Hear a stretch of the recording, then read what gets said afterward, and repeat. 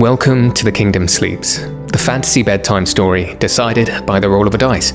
My name's Andrew, I'll be your story master for this evening. And my name's Tom, and tonight I'll be playing the role of Yohm. Tonight we'll be rejoining Yohm in his adventures towards Lüdock's cave. I'd like to, as always, say a big thank you to our Patreons for helping to support this podcast. We really couldn't do it without you. If you'd also like to help support the podcast and find some ad-free episodes and additional extras, please come and join us over on the Patreon, link in the description. But for now, close your eyes, make yourselves comfortable, and join us where the kingdom sleeps.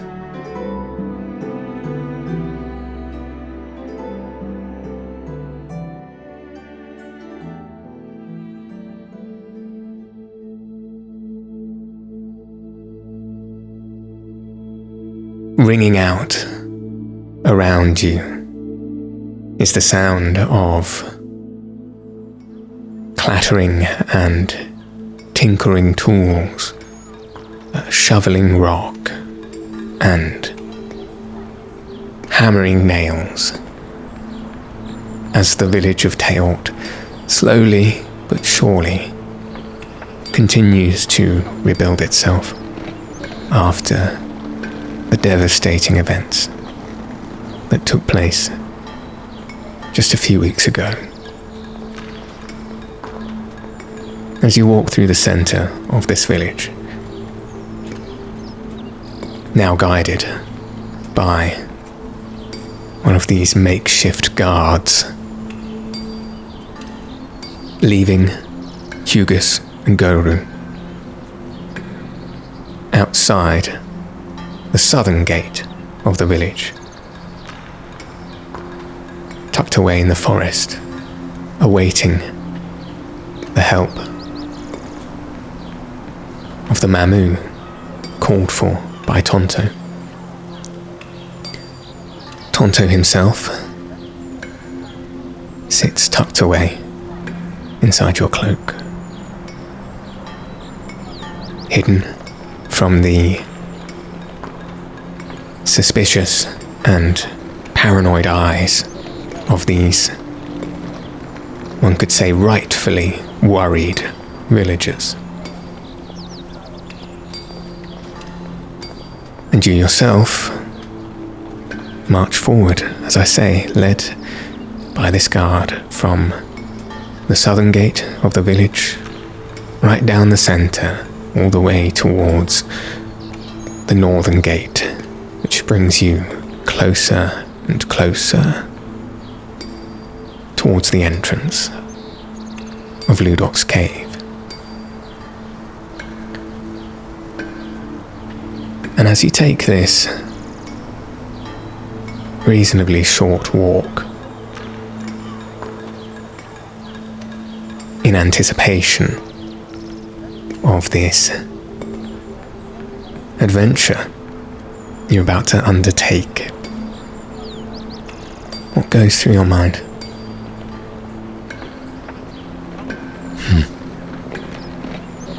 First and foremost, responsibility. The ever-growing weight on Yohm's shoulders is ever present. But at least now he's heading ever so slightly more into a comfort zone. It's still a new place, and it's a damn sight colder than that which he's used to, but heading into the unknown, the dark, deep crevices of Sopros, that's something he does find joy in. That sense of wonder, that calling, that always helps him march on forward. It's ringing loud and true, even more so than all the industry going on around him. That large cave atop the hill, just calling out to him, its secrets ready to be divulged. But still, he knows there is danger to be found, and he is not a fool.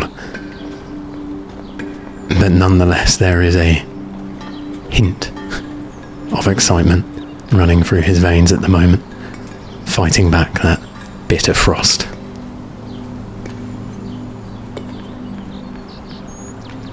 And so with that buzz of excitement in your chest, biting back against that cold air that surrounds you,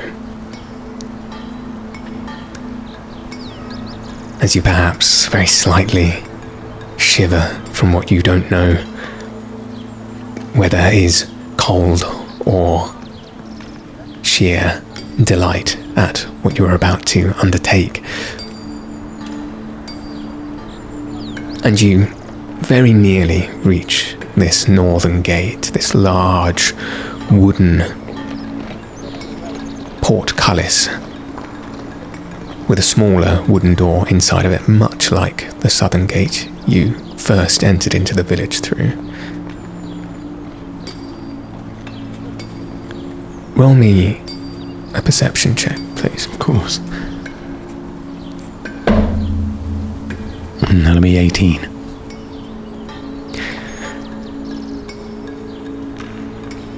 On an 18, as you walk forward towards this gate with the guard just in front of you,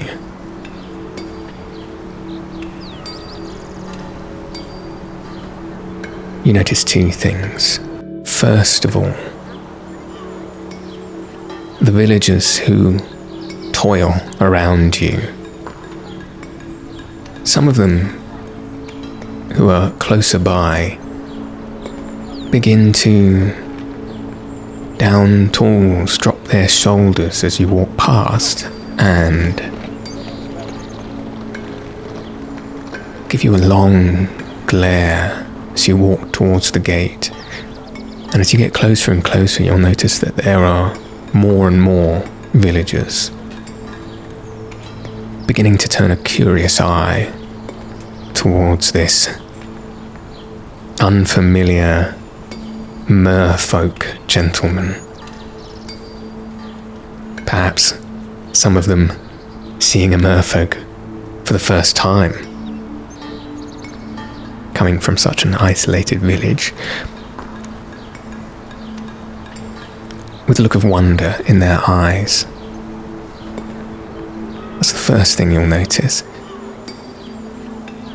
The second thing you'll notice very sharply is that suddenly, and you're not quite sure what, but a small projectile begins to come at you from your, let's say, 5 o'clock direction, just behind you as you're walking forwards.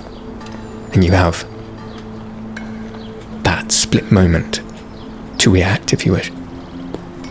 Well, without even having a choice in the matter now, his improved reflexes, if there's any chance of deflecting it out the way, he would swat it before he had time to consciously recognise.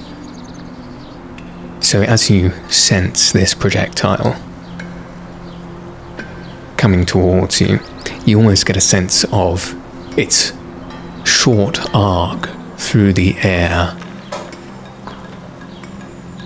as such that you know that it's actually coming down upon you. And as you turn sharply to deflect it, throwing a hand up in the air and launching what you become aware is a small piece of rubble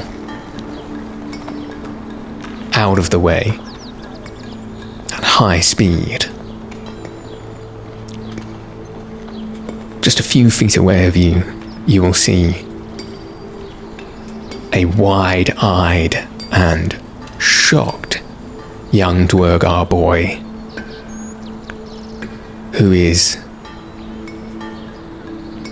beside himself with astonishment, having seen this acute dexterity come from the mysterious stranger. And after just catching a little glimpse of this shock, You can see his mother come up behind him very quickly, dragging him back towards where their home is, waving a hand up in apology, mumbling something you can't quite hear, but you feel his apology.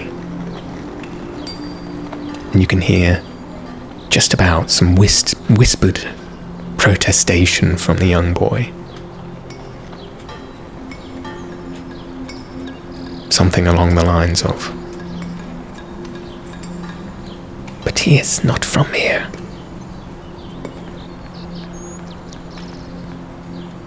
And it's at this point you begin to see that there are many, many faces in the village turning towards you as you stand just at the precipice of this northern gate. And I pause to look around for a moment, and this sea of eyes cast in my direction.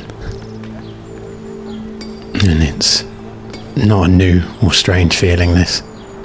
That persecution that any outsider feels when visiting a small place.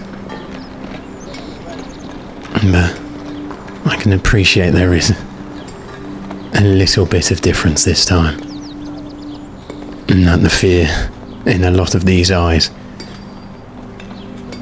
isn't bound just for me, but for other things too.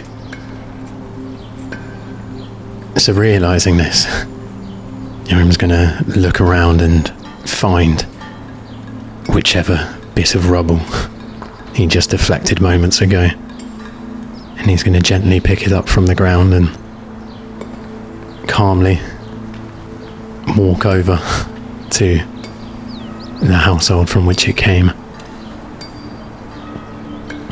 And he casts a kind eye to anyone he passes, trying to hold in a hint of frustration as he does.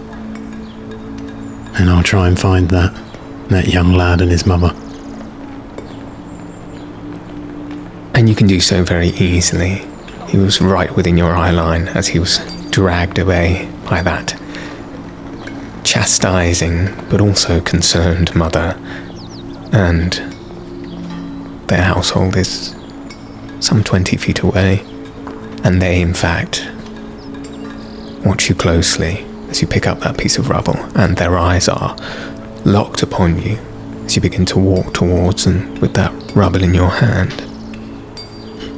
And as I approach what I assume to be the perimeter of their property, whatever state it may be in now, I kneel down to try and match their height as to not be too intimidating, and beckon them closer with a look.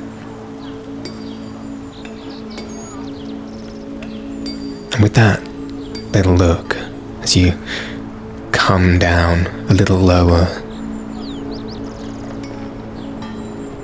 they gently, somewhat hesitantly, move towards you, the mother standing with her hands on the shoulders of this young boy as he shuffles forward, and she shuffles behind him, almost with her hands over his chest, sort of in a protective manner. And the mother will look to you and say, I'm so sorry. My boy doesn't know his manners. He is just a little afraid of strangers." Understandably. These are strange times indeed.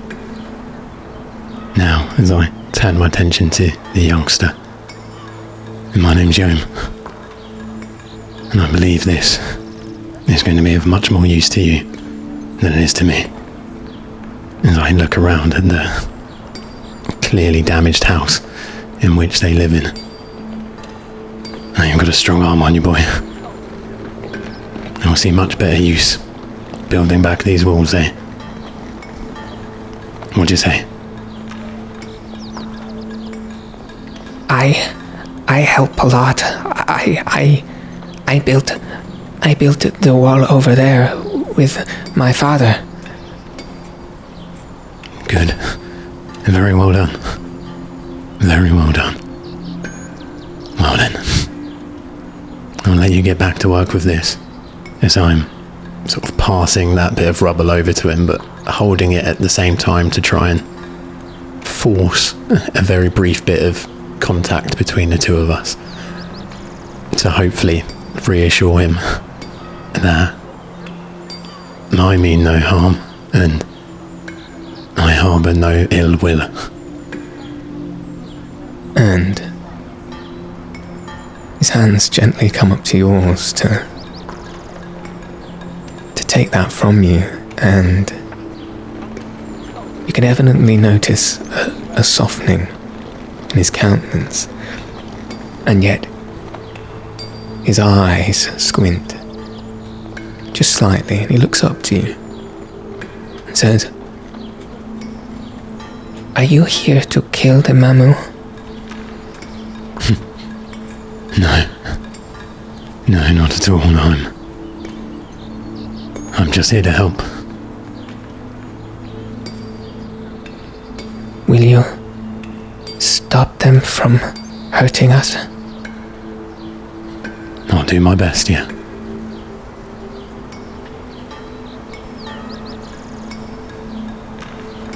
And he nods his head, taking the rubble you placed in his hand and running over to the back of his house, over towards the wall he pointed out that he'd built with his father.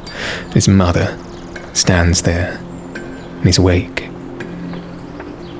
looking at her child as he runs away, looking back to you. "Are you from the Guardians Guild?" I'm working with them.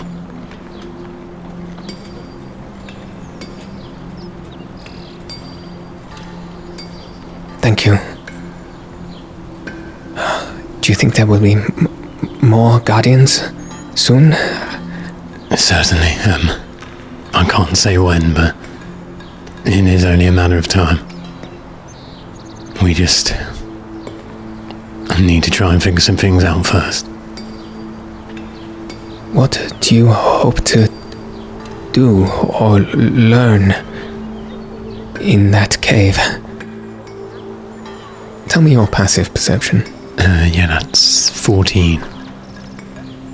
In which case you'll quite evidently notice that some of those staring faces have come a little bit closer and are now trying to incline themselves to the conversation you are having with this mother.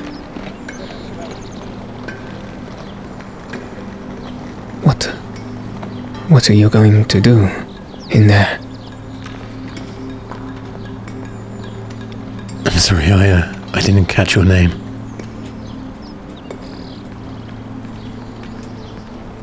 Sia. Sia. Well, if I'm being perfectly honest with you, Sia, I'm not entirely sure.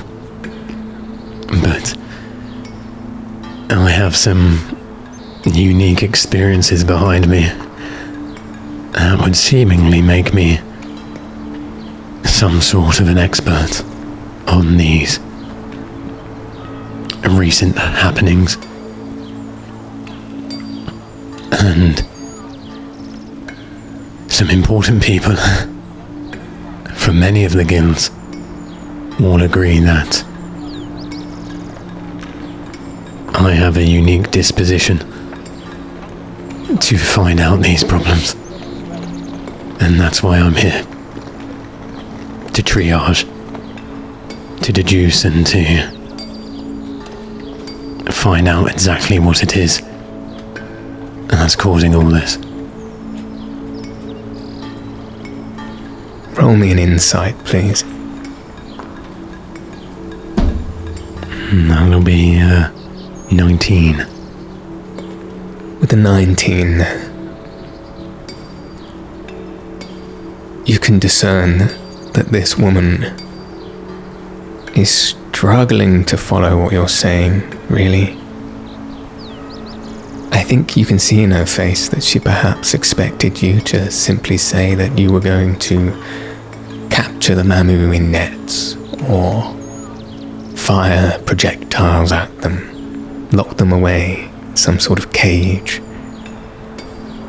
To hear that there's a problem that needs triaging, that you are going to somehow navigate some kind of diagnosis for the problem, goes beyond her understanding of what she thought the problem even to be. Seeing this on her face and realising Yohm may be causing some unintended confusion, he will quickly try and sort of cover his own tracks. And, well, obviously the Guardians Guild are occupied all over Sopros at the moment, and as much as it pains us to say, we can't just send people out everywhere. There's not enough of us, so someone like me has to come and assess the damage first and find out what is needed where. As I said, you will get your help. And we just need to know what kind of help it is you need first.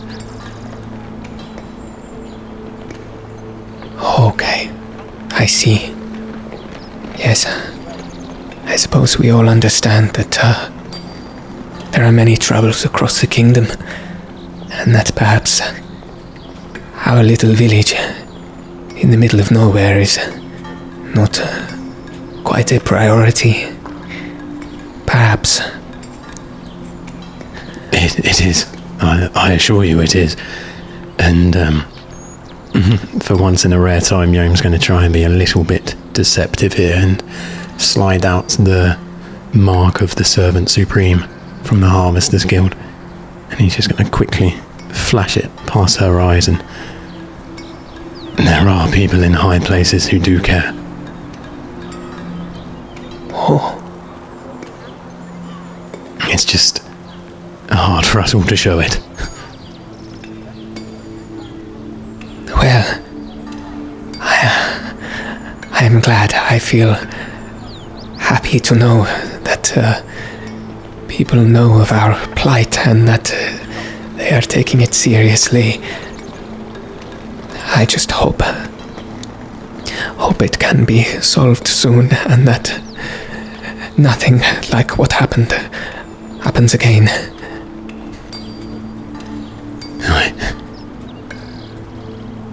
I'll do my best to make sure that doesn't.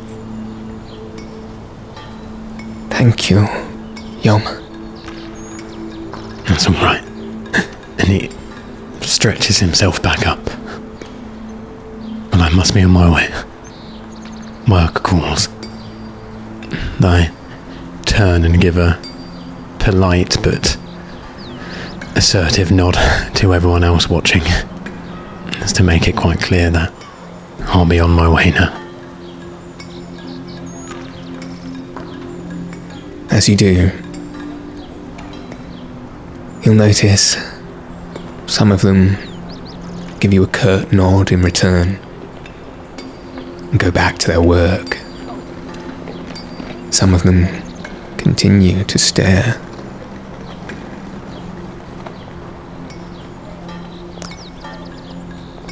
Someone over in the far distance who continues to stare at you shouts out across the way,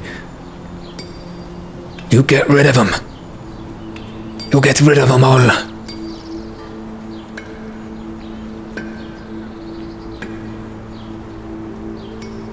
And some people simply look at you with a look of sorrow rather than concern you can't quite place. But as you look out across these faces, you can see that there's certainly a mix of attitudes towards this recent catastrophe and your subsequent presence in their small village. But as you walk past, you head over to that small wooden door. The impromptu guards, once simply young miners, who worked in this town stand by the gates with instruction from Hugus to let you through. Do as you will. They too stare at you with a mixture of emotion. Still, they say nothing. They simply watch you approach towards the gate, and as you do so, stand aside. Draw back the lock. Swing open the gate. As you hear this gentle rush and whistle of air, you can see the open plain out ahead of you. Well, that's a stark reminder of why we're doing this, eh, little friend? And he slowly starts, as he's walking further away on the outer side of town, undoing his jacket slightly to give Tonto room to peek his head out. Who knows what we're walking into here? And the same problem that's plagued us for a while now, eh? That evil stuff.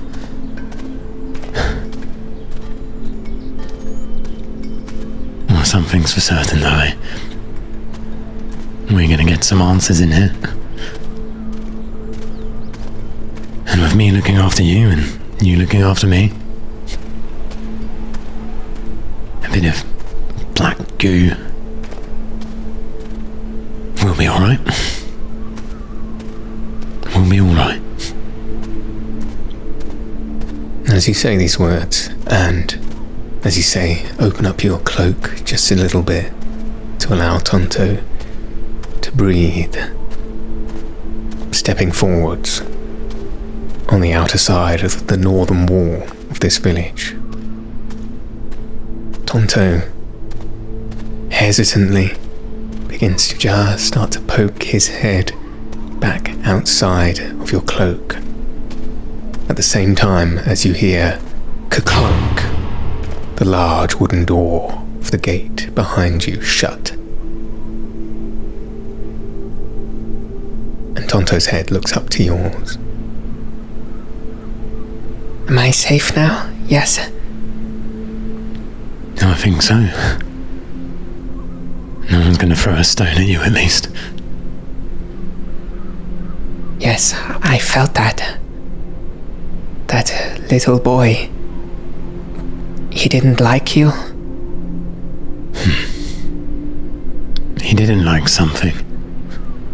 He thought it was me, but it's not. I see. He is scared of the Mamu. Yeah. We'll change that, won't we, Yohm? Yes, we will. Yes, we will. And we're going to do it up in there. Tonto's head swings around to look in front, as you are now closer to the entrance of Lüdock's cave than you've ever been. How do you feel? I'm excited, Yohm. I've never seen so many Mamu. And you can see in front of you this huge murmuration of hundreds of serpentine blue Mamu floating and flying and weaving in amongst each other, covering the entrance of this triangular cave, some 400 feet off in the distance. It is beautiful, isn't it? Even the great migrations in Suncon don't attract this many. Can you hear any of them? Are they saying anything? They're happy for us to be here. They are scared too. And this, Oyageist? Yes. Can you hear her still? I feel her. She is somewhere close. Okay, well, stay aware and do let me know if any of that changes. Okay.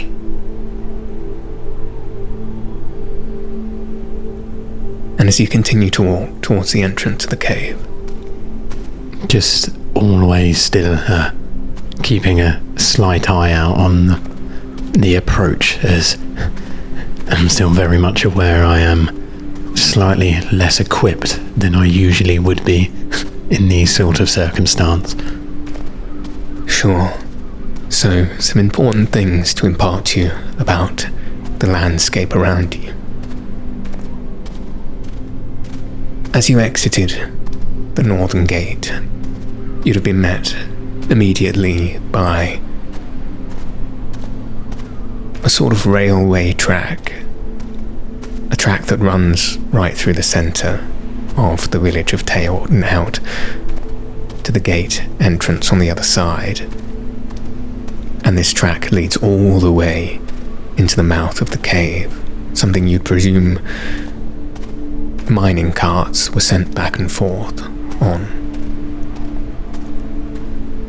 Scattered along this track, you can see several wooden carts just sort of left to the side, some knocked over entirely, some with crates within, some with brightstone within.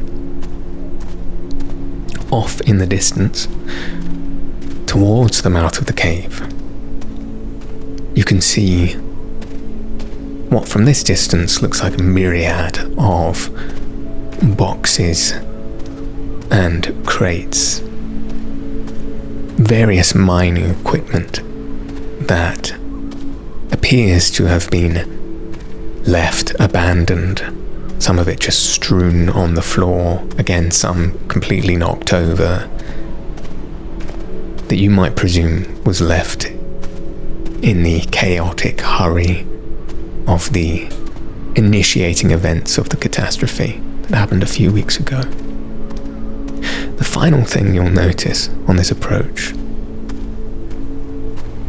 off towards the left of the track, over in the distance, some 500 feet away, is a very dim light that appears to come from the silhouette of what from here looks like a small hut with a pointed roof that must only have one window.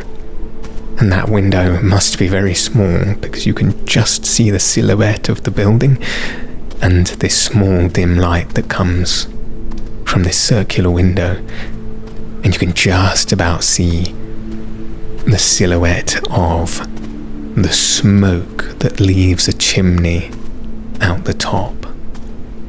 Some kind of dwelling off in the distance. Immediately, my mind wonders if that's where Morvast calls his home. Feeling a slight kinship with a fellow outcast, Yohm would put some marks on it if he was going to bet against himself. But before wandering too much, he's going to take a bit of a closer look into some of these abandoned carts and strewn about bits of equipment see if he can muster up anything quite useful for this journey ahead. Simple bits of kit, really. Some ropes, if there's any rudimentary digging tools. As much tinder as he can carry. If he doesn't know exactly what kind of mine he is about to walk into. And just anything else like that stands out, that might be quite easy and obvious to grab. So, I'd like you to roll me an investigation check.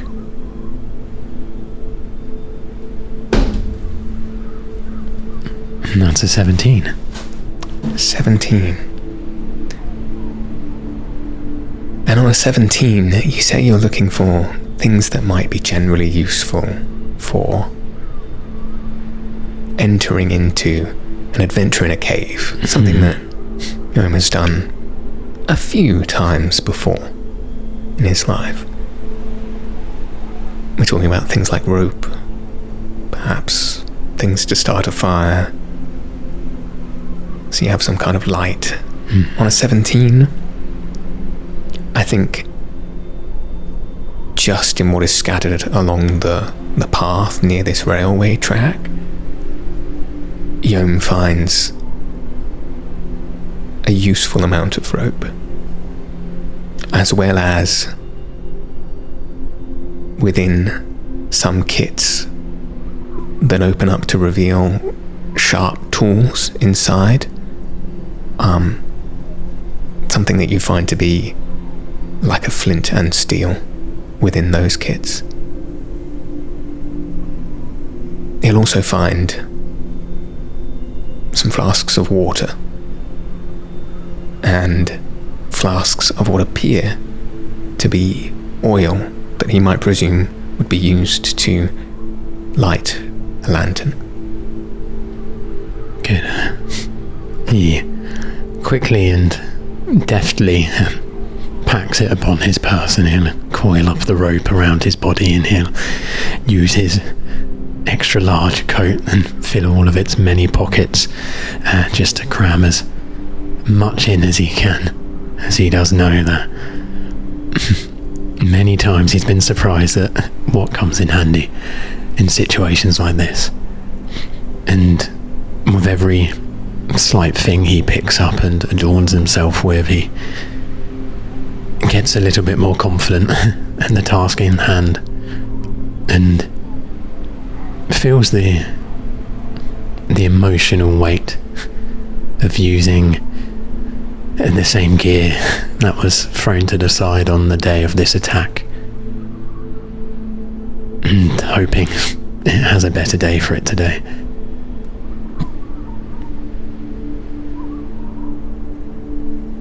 And with that, where is Yohm heading?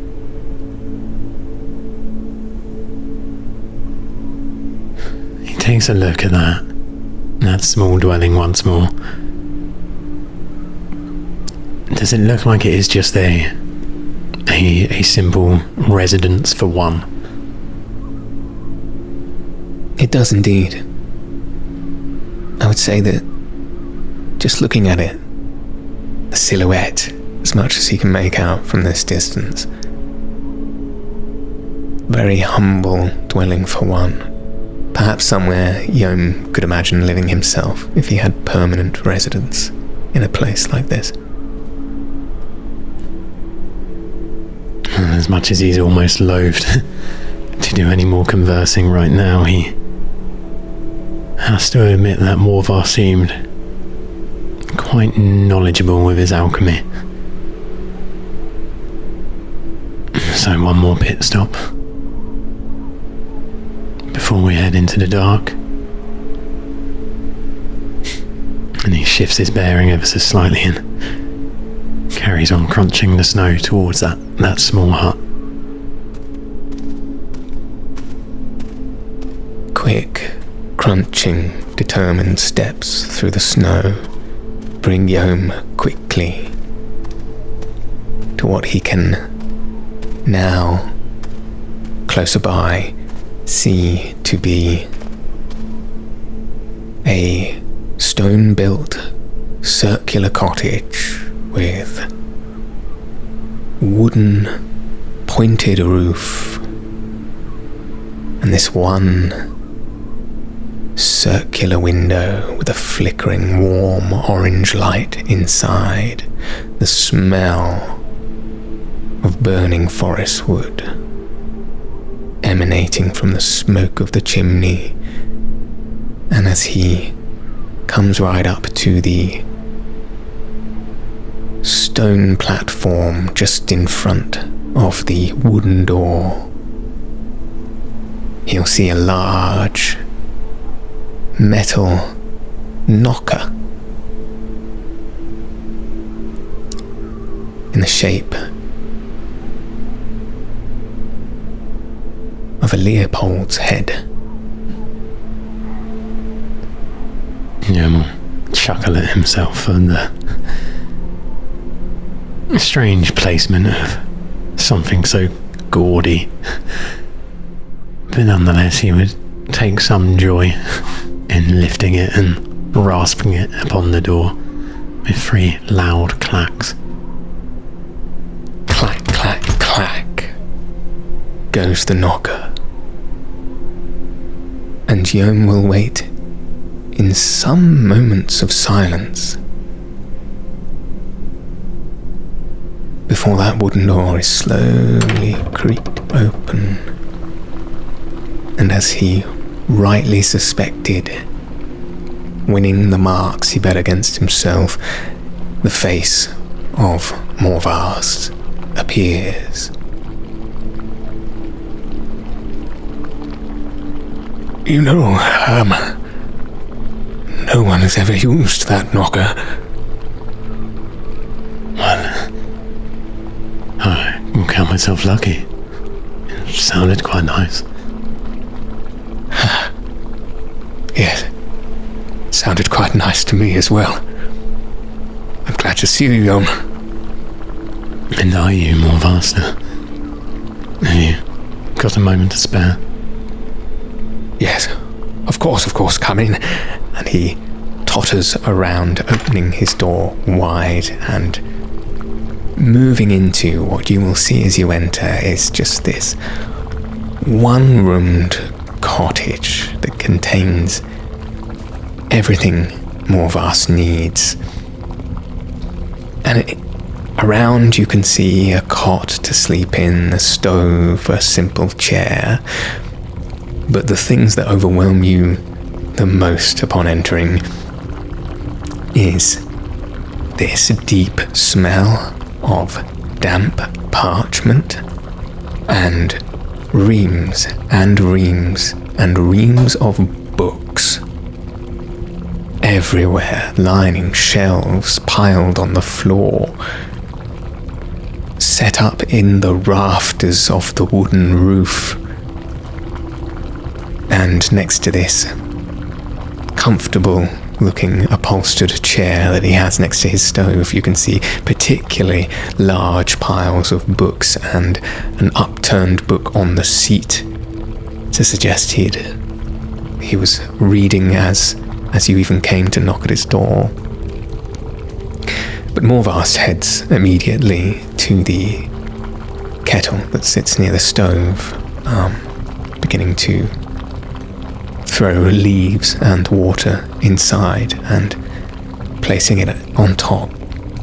Please, Morvast, do not worry. I do not have much time to stop. Oh, I suppose you don't, do you? Places to be. I'm sorry about the mess of the place. I don't have too many visitors. No, don't be silly. I was just thinking. It reminds me of another study I was in not too long ago. It smells the same too. You would say that my brother and I are very similar people. Is that right? Well, at least in your scholarship. Yes. We certainly like to learn. I just think we differ in the things that we take from the things that we read. That sounds like a kind but fair assessment. We are different, and we have had our differences, but I do not dislike my brother, really. I just wish he would be more open-minded. That's I can agree with, yes. But please, Yohm, you said you had little time, and I am here to help you in any way. I presume you head towards Lüdock's cave. Indeed we do. Indeed we do. I was just about to walk right in, but wisdom got the better of me, and well, I'm not too proud to ask that. Well, I don't suppose you have any tonics or potions that may come in handy for a would-be miner. Well, certainly, Yohm. I can certainly offer you some more of the tonic I provided to you earlier if you find you've spent it or used it. It would be handy, yes. I'd like to say that I am very firm on my feet and I have never fallen over, but the ground trodden isn't always kind. No, you're right. And the ground trodden inside Lüdock's cave can be somewhat treacherous. I can't attest, though I am very close in proximity, that I have been in so many times. I am not looked upon kindly by the villagers or the miners, so I have to make sure that I am discreet in the way that I enter, yes. But the few times I've been in, the paths can be slightly treacherous, to be careful. But even still, and he turns around to his shelves, looking up towards some of the vials, grabbing some that resemble very much what he gave you before, and handing you over a few, wrapped up in a piece of linen. I hope you find them useful. Thank you. I hope I don't need to, but they will save a life if required, so thank you, Morgas. Certainly. Tell me though, before I depart, what can I expect in that cave? Is there a main chamber? Are there paths forking off? Is it multi-leveled? As I say, I haven't been inside myself very often, or very far. What you'll find when you enter is the large main tunnelway created by the miners of the village themselves. And this enters into quite a large chamber, inside of which you'll find some areas that have been dug out for brightstone mining. And then, where I think you will want to head yourself, these diverging pathways which were not cut by people. They were cut by the Mamu. Now, some of these can become quite narrow, difficult to traverse, somewhat winding. Though I see the Mamu going in and out, and I suspect that should you manage to find a path all the way through, here you will find something remarkable. What it is, I couldn't quite tell you.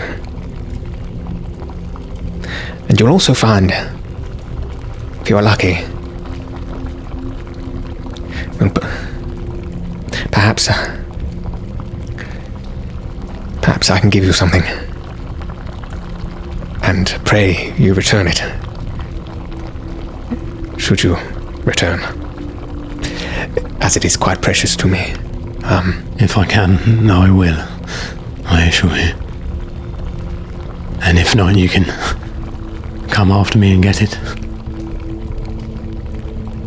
Yes. Let's hope that is not necessary. But he reaches inside his cloak and draws out a palm-sized, circular, polished piece of bright stone, inlaid with these thin lines of blue that almost look sedimentary in nature, upon which you can see that he is engraved some kind of small glyph just in the center. I have found, very rarely, this is the largest piece I have found, a very particular kind of bright stone.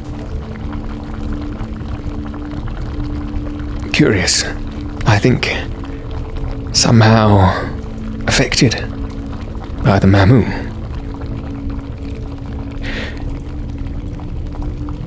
It appears to resonate in their presence. I have attempted, though my knowledge is very rudimentary, to effect some kind of glyph upon it to enhance its effects. Though, if I'm honest, I'm not entirely sure what those effects are. What I do know is that it responds to the blue Mamu, and it is this that I use to know whether there are blue Mamu nearby. That is intriguing. And did you etch this on yourself, or? That I did, yes. It came as a rough form, and I polished the stone myself and, yes, imprinted this glyph. It seems to have worked. I'm no expert either, but it looks mighty professional by my eye. I think,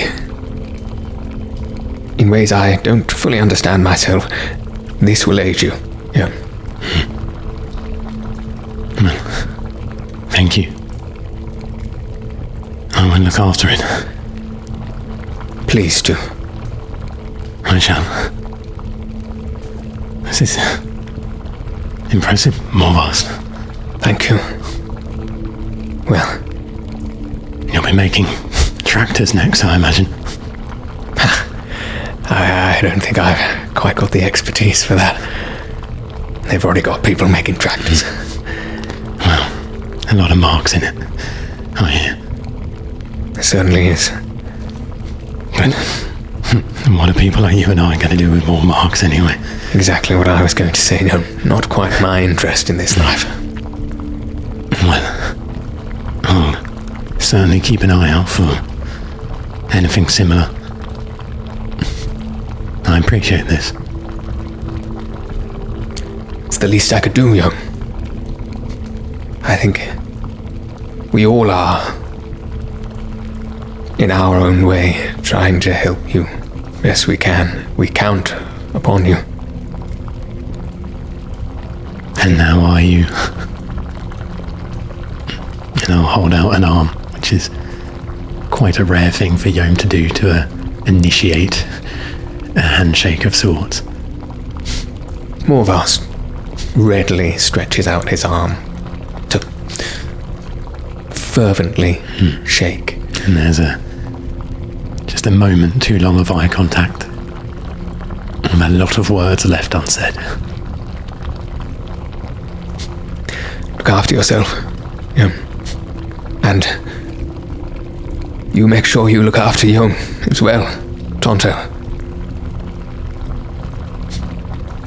You will. Thank you. And we head back outside.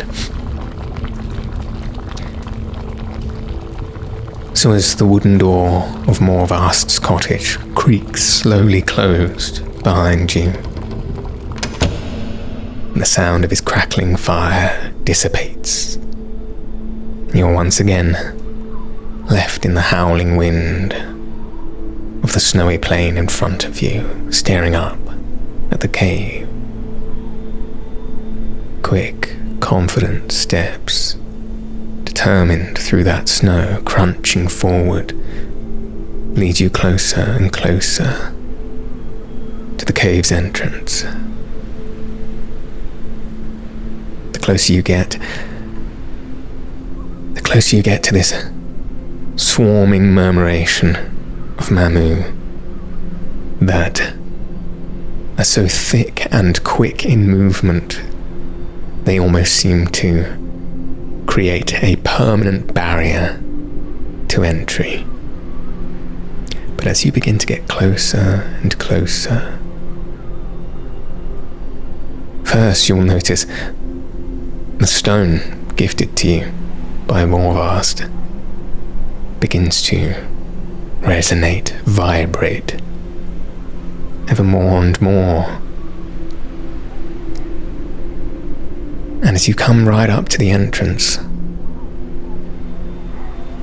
that wall of Mamu seems to give way slightly. You see a parting, as they almost make room for the entrance of just you.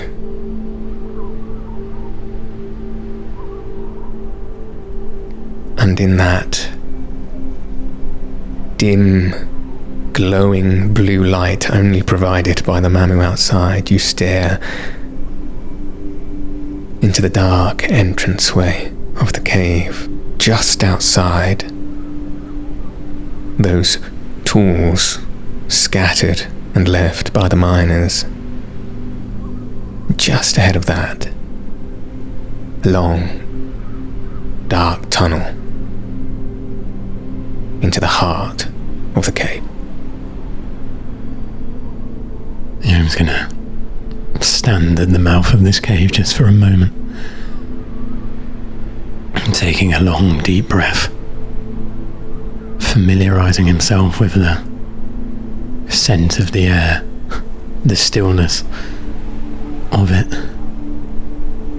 He'll reach down to the ground and just cast an ungloved finger across the floor, feeling the grit that he's about to walk onto, trying to get a sense for how damp it may be, the kind of stone he's going to be walking on, if there's any sort of draft blowing in his direction, and indeed if any noises are bellowing from within.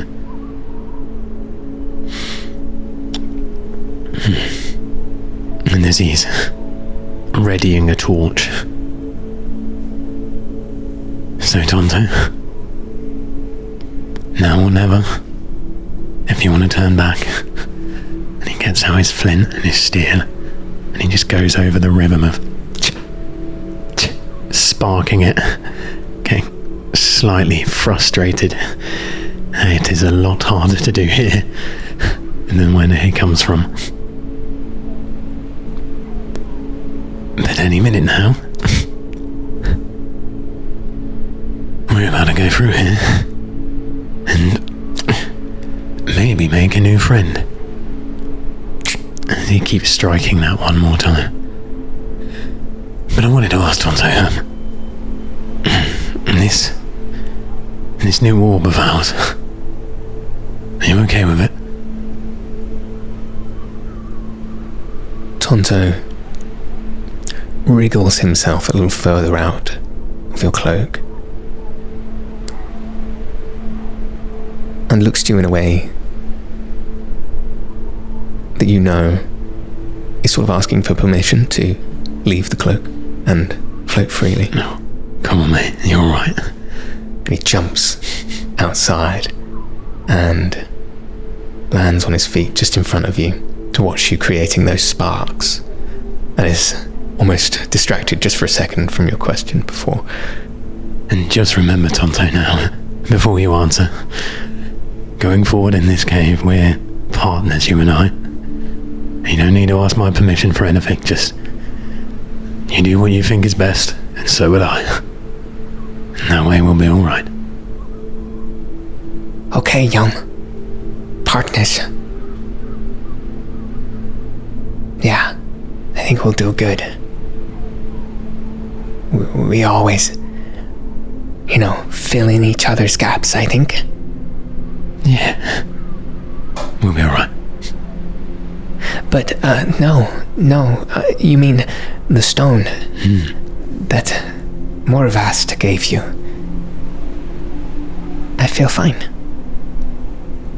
Interesting, and while still being a little careful, but taking Tonto for his word, I'm gonna just sort of hold the orb out just towards him slightly, and then begin waving it and gesturing it just very carefully, making sure it is not causing him any discomfort.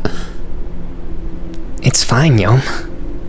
I guess it just feels like another Mamu.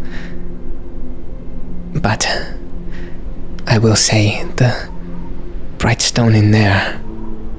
And he nods his head towards the long, dark tunnel.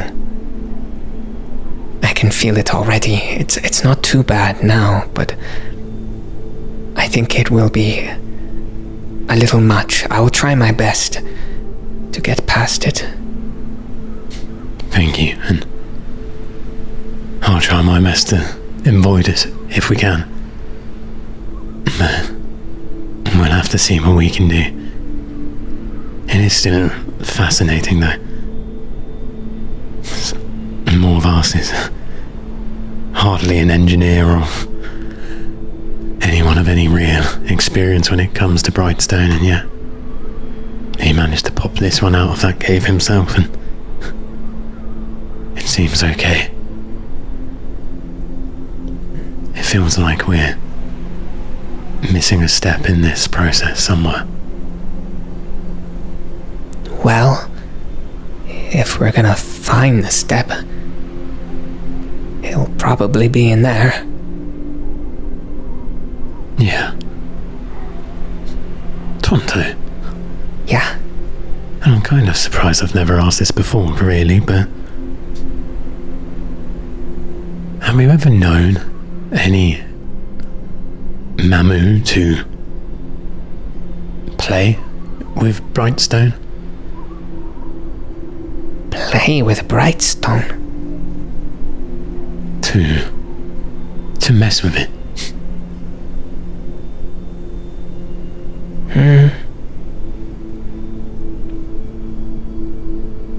Maybe. Most Brightstone, it just feels too much. And we all avoid it. But some Brightstone, I don't know that we play with it, but some we are drawn to. Some is different.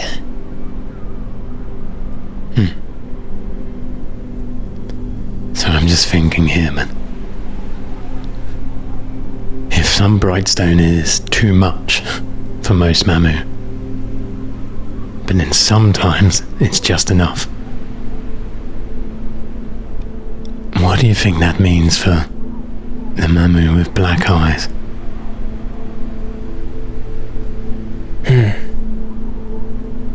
Because they feel off, don't they? They do. I think... Well, I have felt like them before, Yohm. I know I have. those Mamu with black eyes. They don't mean to be bad, but the thing that connects us all, that helps us remember that we are together and that we look out for each other, it goes away. Or maybe it doesn't go away, but it turns bad. And they can't find it anymore. And it makes them do bad things. Makes them lose themselves. I have felt lost before you. Until you found me. Until we found each other. Okay. Well, it all feels a little bit too much for me still to ponder. I've always been more of a doer than a thinker. Something's telling me we're so close. If we could just get more vast and Eli and Hannah and Kieran, if we could all just get all of you in the same damn room and figure this out. I'm sure of it. Maybe we could. One day. Yeah. Maybe one day, but not this day.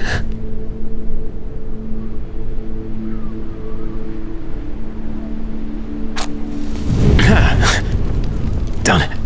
Oh, about time. Sorry, my hands were getting cold there. As this torch now warms the air around my shoulder, and I lift it up at last to light the cradle of this cave and finally try and see what's waiting for us. As this bright light illuminates on the end of your torch, and you're finally able to reveal the entranceway of this cave.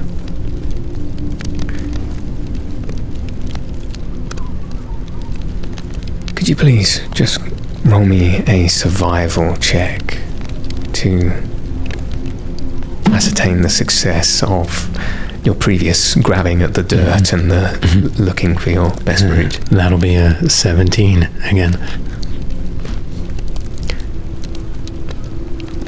With a 17, having grabbed at the ground beneath you, you can feel like the stone that makes up the larger part of this entire cave, the generic stone that is not bright stone, is quite a lot more like slate. And especially on the floor beneath you, and in and around the mining track that runs into this dark hole, all seems to be fairly fine, fairly loose. So not difficult to trudge through so much, though you could imagine if it became any less fragmented or travelling uphill might be difficult, slippy. You are surrounded, as I say, by the discarded tools of the miners. But there's not much of an entranceway before you are just greeted with this one singular dark tunnel with the mining track that goes right down into it. And with the 17, there is this sense just about of some kind of air current that flows from the entrance behind you straight down into the mine.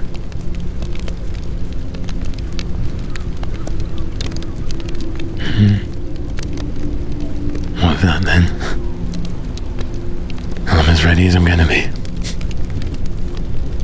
And we'll start making our way through to try and find this main chamber, paying particular attention to our footing and any slight holes or tunnels that may come from around above and below. Now very much aware of the kind of things that may be lurking within.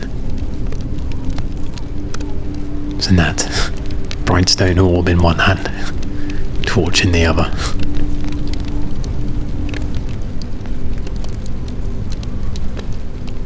Taking careful, deliberate steps into this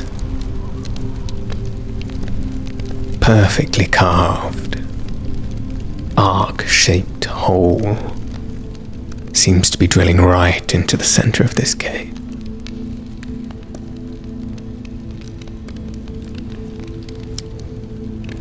You get a sense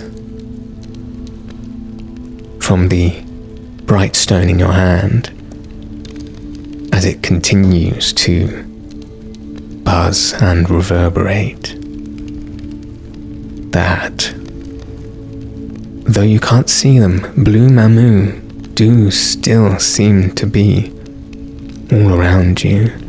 And as you continue to walk down this track, the light of the torch scattering long shadows across the walls of the cave, you start to notice the divots and the holes, much like those you saw within the weaving gorges that led you towards the village of Teort, that look very much like they were made by these blue mamu.